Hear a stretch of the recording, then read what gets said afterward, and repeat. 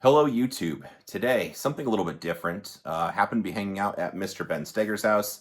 We did some shooting today, testing out some new guns, and there was something that I'd never fired before that he had to take with him, or take with us. So I want to talk through what that is.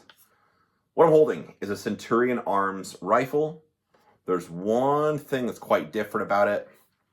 That is the muzzle device. This is a Surefire, I think it's S, like Sierra MB. So SOCOM muzzle brake, I believe, is the designation for this one. But it's Surefire's muzzle device or muzzle brake, and it attaches to the SOCOM series suppressors, which Ben and I are quite fond of. So I'll tell you a little story about this gun, and hopefully Ben won't mind.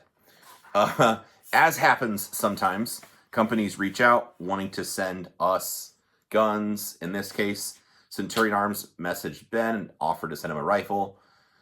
Ben, being the very artistic gun nerd he is, just sent me the company's website and asked for suggestions on what he should get. The stuff looks quite nice. It's just apparent and feel, function and feel, but I looked through it and there was one thing that I thought, he doesn't have. That is a braked rifle.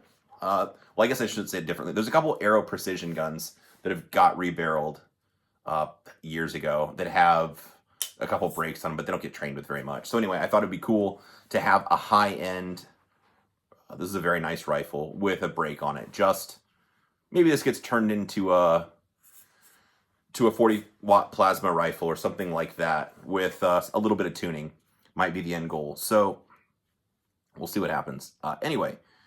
So the Centurion rifle, we took it out today and shot it. Go figure, our favorite, Holosun. This is a 510C. Ben had an extra one, or no, it actually took this one off a different rifle, off one of his old comped rifles that hadn't been shot for a while. So pulled that off, threw it on this rifle, and we went to the range. So muzzle brakes, I don't have a lot of experience with.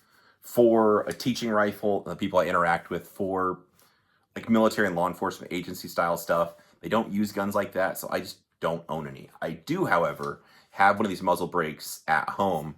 I just haven't put it on a rifle, and that was in something I'd planned to do in the near future within this, next 6 months, something like that. So since Ben asked me what to order, I was like, hey, you should just get a muzzle brake. This is what I was thinking about doing, and I think you should do the same thing. So this rifle came in, and we went and shot it today.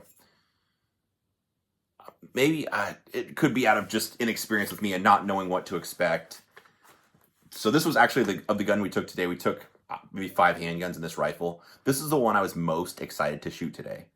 And just shooting it, I knew it wouldn't be, my initial thoughts would be, it'll be probably not too bad for the person shooting it, loud for anyone next to you, and the gun probably won't move. Noise-wise, we were both wearing Ear Pro, so when Ben was shooting, I'm standing next to him and I videoed for some of it. It wasn't that obnoxious, and I'm guessing that's due to the design, because I've seen some of them where it's a longer break and it's got 3 ports in each side, or where this is a dual port, or more holes on the top or sides or bottom, I don't know. But anyway, this wasn't really that obnoxious, which was nice. The one thing, though, is it shot super soft, but the sight actually tracked. Just mounting the rifle, trying to just hold it completely neutral, not putting any pressure into doing anything, just hold it still in space and time.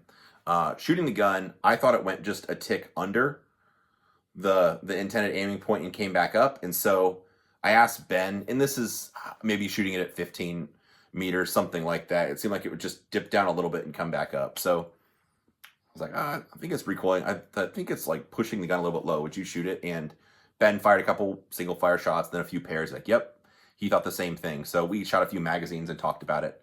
And it shoots very soft, but I'm guessing that just putting a brake on this isn't all the magic to getting a gun that doesn't recoil.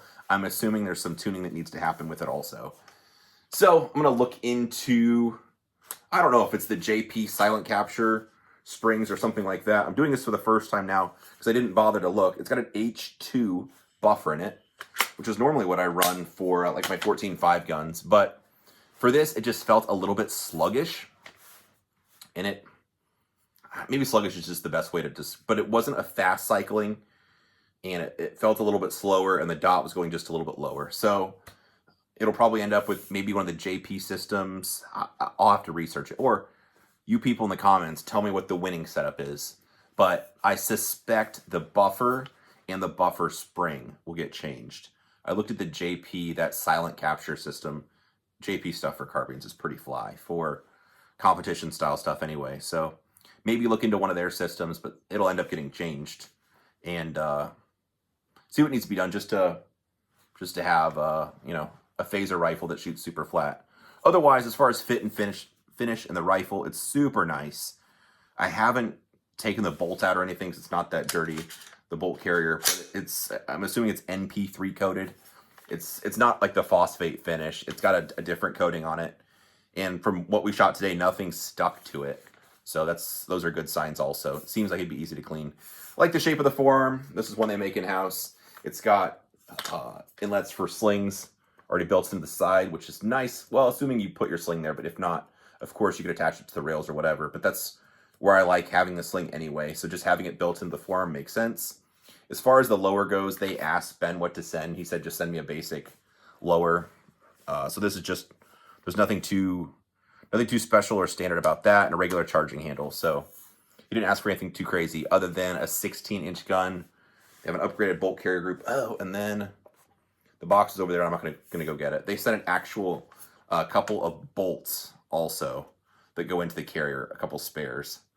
So I need to look at the documentation with that to see if there's something specific about them or if they're just replacements. But anyway, they sent a couple extra bolts also, which was very kind of them. So again, this one's Centurion Arms. I suspect it'll be getting shot more.